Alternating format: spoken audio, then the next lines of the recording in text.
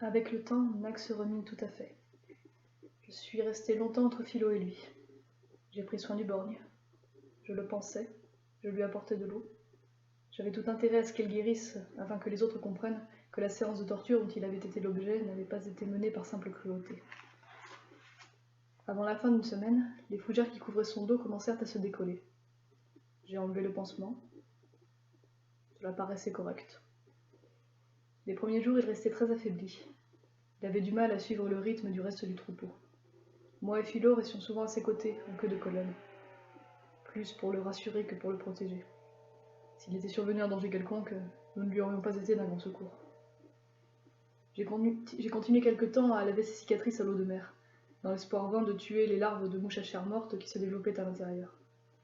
J'ai fini par m'apercevoir que la présence peu ragoûtante de ces insectes était plutôt bénéfique à mon patient.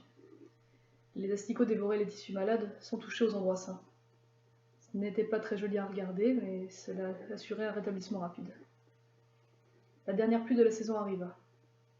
Nack ne se traînait plus en queue de peloton, il courait à nouveau aussi bien que ses pareils. Une vilaine cicatrice mise à part, tout était pour lui revenu à la normale. Il était guéri. Cette guérison miracle me réhabilita aux yeux du troupeau, et vis-à-vis de Xartaxerxès en particulier. J'avais en quelque sorte compensé l'épisode de l'Iochleurodon. Mais cette fois, j'avais définitivement acquis ma place parmi eux. Pour Xarta, j'avais pour ainsi dire réparé une faute. Pour le reste du clan, j'avais levé un masque. Je leur avais dévoilé le pouvoir du feu. Le feu qui tue pouvait aussi donner la vie, et le feu était mon cerveau. De ce moment, je fus très respecté. En tout cas, bien plus que je ne l'avais jamais été. Je ne m'en étais pas aperçu d'abord, je croyais qu'il m'était reconnaissant de la survie de Nack. Mais j'avais sous-estimé la peur du feu chez les esprits reptiliens.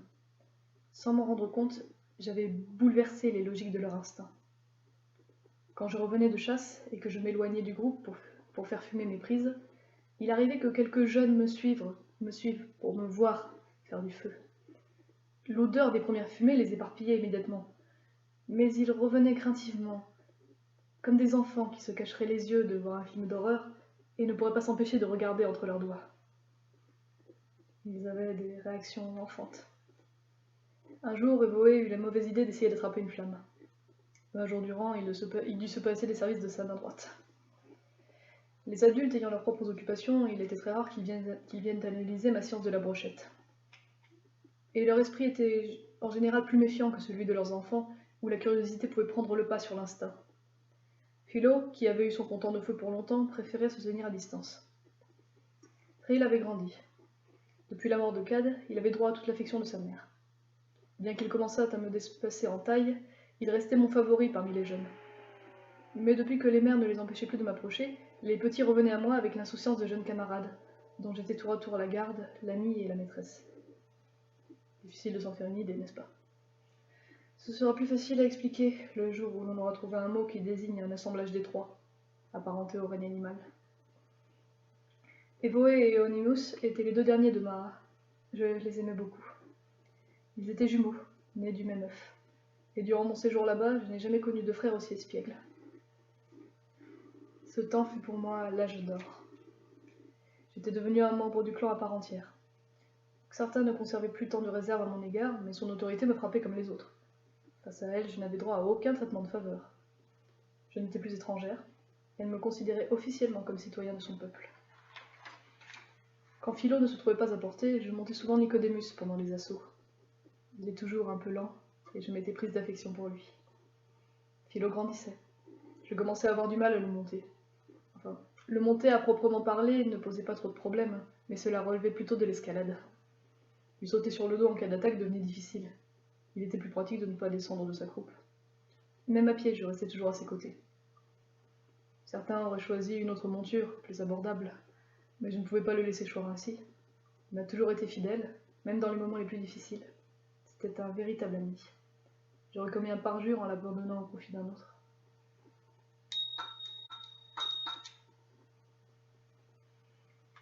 Il s'est passé tant de choses là-bas, difficile de toutes se les remémorer. En y repensant, je me souviens surtout de la mer. C'est curieux. Le bruit des vagues est une chose qui me semble manquer le soir. Vis-à-vis de ce que je vous ai raconté, il vous paraît sûrement naïf, les souvenirs marins. Une nuit par exemple, alors que j'étais blotti contre le flanc de Philo, comme chaque nuit, moitié songeant, moitié somnolent, une étrange rumeur sembla venir de la mer. On aurait dit un cliquetis métallique, léger, produit par des dizaines de petites pinces. C'était la pleine lune. Je m'en souviens bien car l'astre nocturne éclairait la scène avec une extraordinaire clarté, on y voyait presque comme en plein jour. D'étranges créatures émergeaient des vagues et rampaient sur le sable. Les membres du troupeau, les plus proches du rivage, s'écartaient de leur passage et allaient se rendormir un peu plus loin. De là où je me trouvais, on aurait dit des crabes, très gros et sans pinces. C'était des casques, rampant de moins de 50 cm, et nantis d'une longue queue rigide qu'ils traînaient derrière eux. Des créatures de fiction, des crabes insectes qui semblaient venir tout droit d'un autre monde. J'avais quitté la protection du centre du groupe et je les observais du haut de la colline. C'était un spectacle étrange et fascinant. À minuit, à la lune, ils étaient une vingtaine à arpenter la plage. Lentement, ils traînaient, laissant derrière eux un sillage de sable retourné et la trace de leur queue. 1 heure plus tard, ils étaient plus d'1 centaine.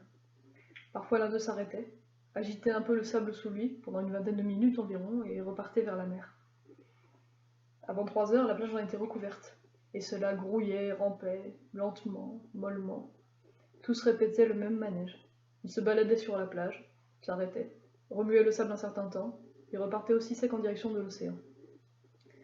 Ce n'est que peu avant l'aube que je compris la raison de ce rassemblement. Ils pondaient. J'en ai parlé à Corentin, il a bien voulu éclairer ma lanterne. Ces espèces d'hybrides entre l'insecte et le crustacé étaient des limules. Les limules sont des animaux primitifs apparus au commencement de la vie sur Terre il y a quelques 500 millions d'années. Ils partagent avec les trilobites de nombreux caractères biologiques, mais j'en ai trop peu vu pour vous renseigner là-dessus. Ils rampent sur le sable des fonds marins et migrent 1 fois par an vers leur lieu de ponte, le même pour tous et tous en même temps. Les femelles, premières arrivées, enfouissent d'abord leurs œufs dans le sable, et les mâles les féconderont avant le lever du soleil. Ils n'y reviendront pas avant l'année suivante.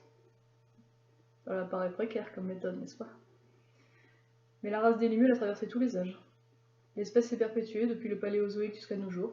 On en trouve encore à notre époque moderne, ou soi-disant telle, près des rivages antillais et certaines îles du Pacifique, où il est connu sous le nom scientifiquement inadapté de crabe des Moluques. D'après Corentin, cet animal est de la famille des arthropodes. Il ne m'étonnerait pas que ces bestioles ne nous survivent encore longtemps après la fin de l'humanité. Au matin, les individus victimes des choix mis à part, la grande majorité des limules avaient quitté la plage.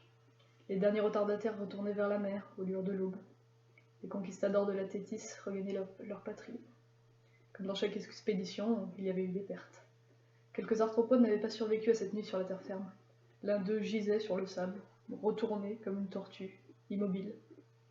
Vu de dessous, ça ressemblait à un cafard en armure, avec les pattes recroquevillées sous leur carapace d'insectes. Cette vision avait un côté pathétique et un peu repoussant. Et bien que l'animal fût bien mort, déjà, je le remis à l'endroit. Xartaxerces sonna le départ dès le franc lever du jour. Les œufs des limules et le reste des casques morts au combat pour la survie d'espèces avaient attiré les ptérosaures en masse, alléchés par leur perspective de ce festin inattendu. Il fallait quitter les lieux au plus vite avant que cette assemblée de volatiles n'attire d'autres carnivores de plus grande taille. Nous avons repris notre route. Ça me rappelle également une autre aventure qui m'est arrivée sur la plage. Aventure est beaucoup dire, c'est une sorte d'anecdote. C'était le début de la saison sèche. Un jour de grande chaleur, alors que le troupeau suivait sa marche sous le soleil de plomb, Xartaxerces s'arrêta soudain et observa avec méfiance un objet échoué un peu plus loin. Et je dis un peu plus loin, je devrais plutôt dire beaucoup plus loin. En fait, c'était si éloigné que la brusque immobilité de la matriarche avait surpris tout le monde. J'étais à pied. Je suis donc remontée jusqu'à la tête de la colonne et je me suis prudemment tenue derrière Caraya. Il y avait bien quelque chose étendu sur le sable, à une trentaine de mètres, long et plat, mais nous avions le soleil contre. Il était difficile de se faire une idée sur ce que cela pouvait être. Quoi que ce fût, cela ne paraissait pas vivant. Sentant les interrogations du troupeau derrière elle, Xarta reprit sa marche, doucement, très doucement, en silence. Chacune de ces attitudes pouvait être comprise comme un ordre, aussi le troupeau reprit-il sa marche, mais doucement, à pas lents et moins bruyamment. Seuls les jeunes, qui n'avaient pas paru s'apercevoir de cette courte halte, et Kazoo bien sûr, nul besoin de le souligner, continuaient leur chemin sans se soucier du bruit qu'ils pouvaient faire. Ce doit être les cris des petits qui ont dû déterminer Xarta à modifier sa trajectoire. À une vingtaine de mètres de l'objet en question, elle bifurqua progressivement, de manière à bien le contourner. Ce fut à ce moment que je compris ce que pouvait être cette drôle de forme. Un serpent. C'était un serpent marin, échoué sur la plage. Un animal encore primitif, avec une grosse tête rigide, des ergots au niveau du bassin et une queue à base épaisse. Il n'était pas mort. Sa bouche était ouverte et sifflait à chaque souffle qui lui sortait des poumons. Il devait faire 7 mètres, peut-être plus, peut-être moins, je ne pourrais pas l'affirmer avec certitude. C'est grand pour un serpent, pour un reptile, c'est petit. Pourtant Xartha ne voulait pas l'approcher. Elle préférait faire un crochet à toute la colonne, plutôt que de se mettre à portée d'un animal mourant bien plus petit qu'elle, tant en taille qu'en volume. Et il devait y avoir une autre raison, seulement laquelle je ne l'ai jamais su. J'ai joué le jeu. J'ai réduit ma vitesse de marche, tout en continuant à suivre son sillage, pour imprimer la route à suivre au reste du troupeau. J'ai marché au ralenti jusqu'à ce que j'arrive à la hauteur de Philo, au milieu de la colonne. J'ai encore un peu regardé le serpent qui gisait sur le sable humide. J'ai croisé l'œil doux et noir de Philo. Je ne me rappelle pas exactement ce à quoi j'ai pensé sur l'instant, entre le saurien géant près duquel je marchais et le reptile pâteau et inachevé qui expirait près de la mer, sans se douter que dans 120 millions d'années, un peuple sot l'accuserait arbitrairement de tous les maux de l'humanité. Je ne sais plus le chemin qu'emprunta ma pensée rouillée, mais je me souviens qu'il aboutit aux conclusions les plus étranges et les plus absurdes. Comme à l'époque lointaine où je me suis trouvée en face d'un Nitokyrus. Cela m'arrivait de temps à autre. Durant des mois, je vivais comme une brute, sans réfléchir et sans penser. Et soudain, à la lueur d'un événement quelconque, j'avais des éclairs de philosophie mélancolique qui pouvaient durer des heures. Ne soyez pas dupes tout de même. Si cela durait des heures, ce n'est pas parce que la vision me faisait beaucoup réfléchir, mais tout simplement parce que depuis le temps, j'avais du mal à penser. Malgré tout, j'avais conservé une sorte de sens de l'honneur. Un sens de l'honneur à l'état néandertalien, voire même larvaire, si l'on peut dire. Mais présent tout de même. Cela devait être dû à la hiérarchie du troupeau. Un homme sans structure aurait sûrement perdu toute sa tête. Je m'estime très satisfaite de ce qui me reste aujourd'hui. C'était bien plus tard, en pleine saison sèche. Nous traversions depuis quelque temps un territoire quasi désertique, et malgré une chaleur insupportable, Xartha avait ordonné un rythme de marche constant. Elle paraissait nerveuse. Le reste du troupeau aussi d'ailleurs. La saison sèche est une période de grand danger, à toutes les échelles de la chaîne alimentaire. Les zones vertes régressent, les herbivores ont faim, beaucoup migrent, et les carnivores se retrouvent sans proie ni repère. Ils sont plus féroces et plus hargneux qu'en temps normal. Et la faim les pousse à l'attaque d'animaux d'ordinaire à l'abri de leurs assauts. Quand il ne reste plus de proie à leur taille, ils se résignent à manger les petites. Rongeurs, batraciens, petits lézards. Tout ver de terre est une aubaine quand on a faim, je suis bien placé pour le savoir. Certains vont même jusqu'à dévorer les petits de leur propre espèce, c'est vous dire. Et quand par extraordinaire un troupeau passe, plus de scrupules face à la taille, la dent ou la griffe, c'est la curée. Au meilleur d'en réchapper, c'est ça ou mourir de faim. Ces derniers temps, certains Xerxès étaient inquiètes. Je n'avais pas compris la cause de ces alarmes, jusqu'à ce que je découvre, par pur hasard, une trace qui aurait eu de quoi mettre en émoi n'importe qui. C'était une trace moulée dans le sable. Une patte arrière. Elle portait 4 ergots griffus et devait bien faire 1 mètre de diamètre. Pour vous donner une idée, le pied d'un iguanodon de taille moyenne ne dépasse pas 60 cm. Vous comprenez qu'après cette trouvaille, je commençais à avoir peur de mon ombre. Comme Xartha, j'essayais de ne rien faire paraître, mais elle y arrivait mieux que moi. Il fallait vraiment prêter attention au moindre détail de son comportement pour remarquer quelques signes de peur sourdement maîtrisés. Elle regardait souvent derrière elle, quand elle marchait, et chaque soir elle chargeait Nac, Grand Noir et Caraya de monter la garde avec elle, autour du groupe, aux quatre points cardinaux. Xartha. Elle avait bien raison d'avoir peur. Un jour que notre troupeau se rafraîchissait dans l'estuaire d'un fleuve, réduit à quelques torrents par la chaleur, un rugissement lointain nous fit dresser l'oreille. Je n'en avais pas entendu de semblable depuis très longtemps, mais impossible de me rappeler à quelle sorte de monstre il pouvait appartenir. Et pourtant cela me rappelait méchamment quelque chose. Xartaxerxès sonna le départ. Pendant que nous nous éloignions de la rivière, un autre cri se fit entendre, plus près, et j'ai pensé... Je me souviens à présent où je l'ai déjà entendu, dans mes cauchemars.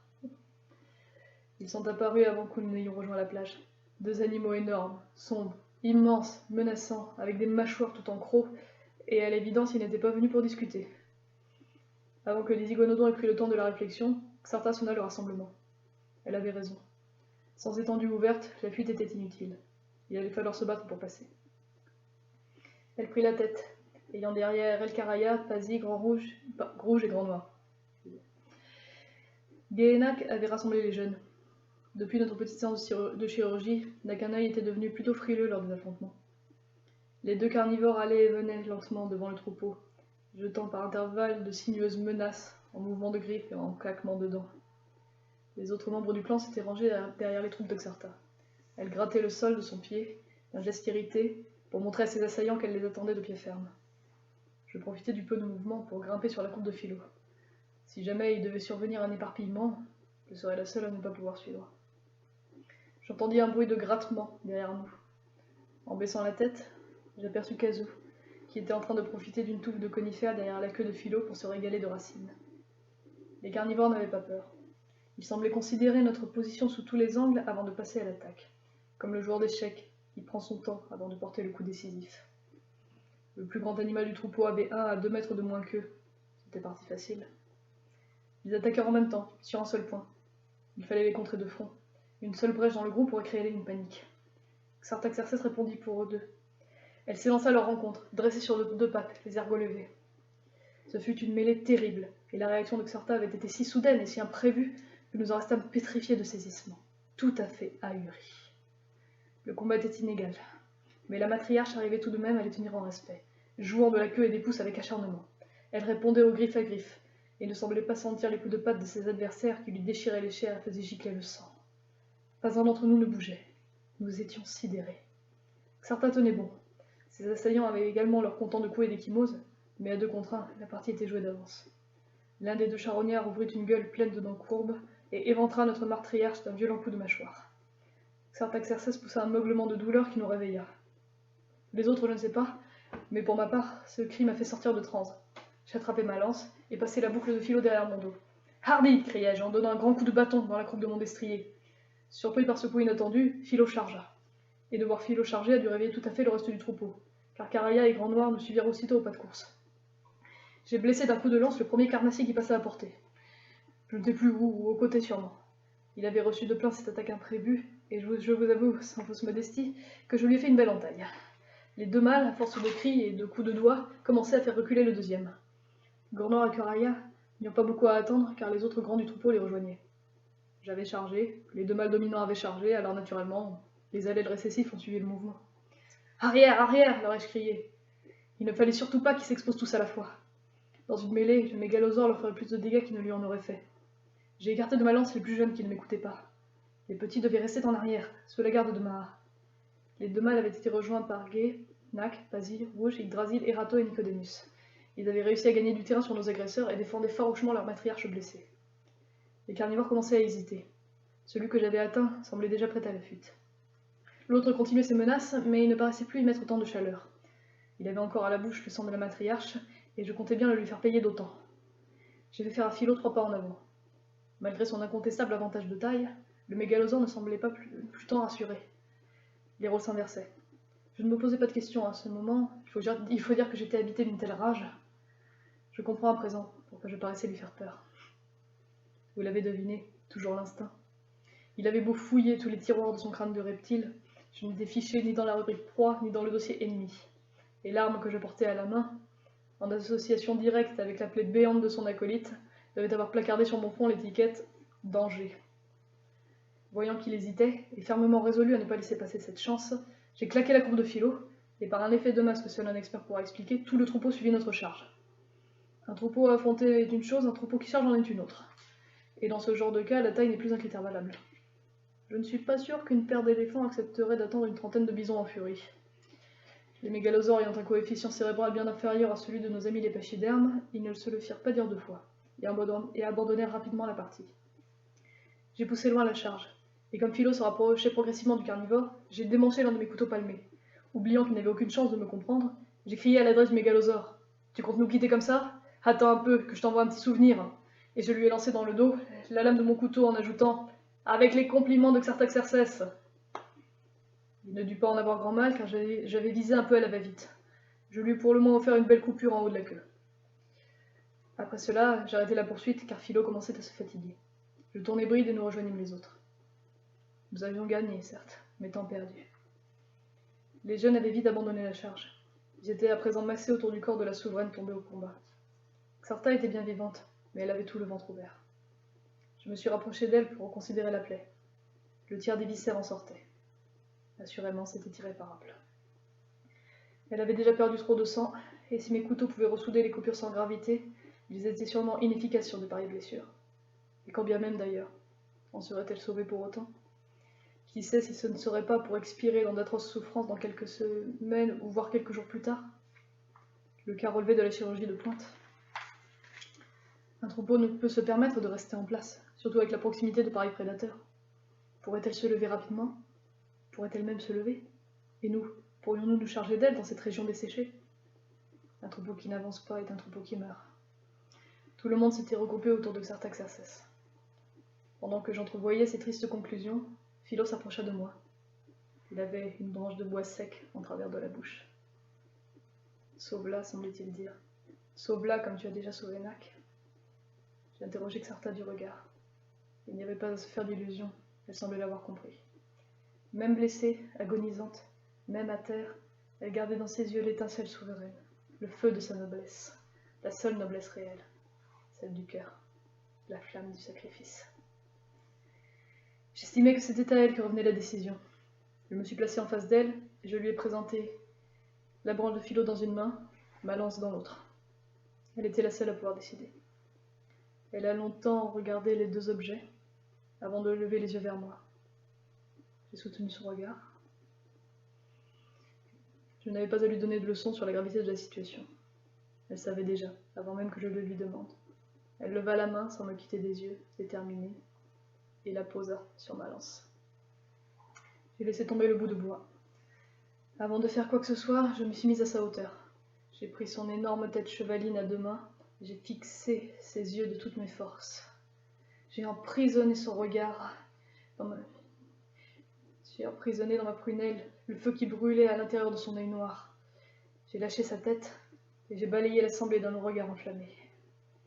Tous ont reculé, stupéfiés de voir les yeux de la matriarche sur mon visage. C'est tout ce que je voulais. Je suis montée sur le talus derrière elle.